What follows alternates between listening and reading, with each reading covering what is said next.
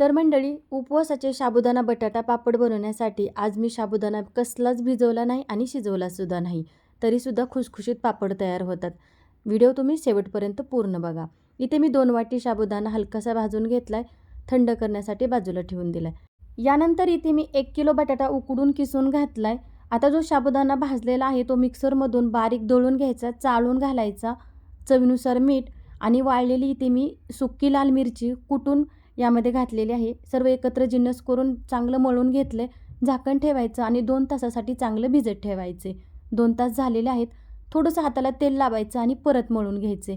लक्षात ठेवा, जास्त तेल अजिबात लावायचं नाही आणि जर तुम्ही जास्त तेलाचा वापर केला तर पापडचा कुबट वास येतो. त्यामुळे कमीत कमी तेलाचा वापर करायचा आहे.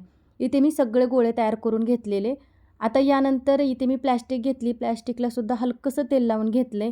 व्हिडिओ दाखवल्याप्रमाणे पापड लाटून घ्यायचा आहे. आणि प्रत्येक वेळेस पापड लाटताना तेल अजिबात लावायचं नाही. कमीत कमी 15 ते 20 पापड लाटून झाल्यानंतरच प्लॅस्टिकला तेल लावून घ्यायचं आहे.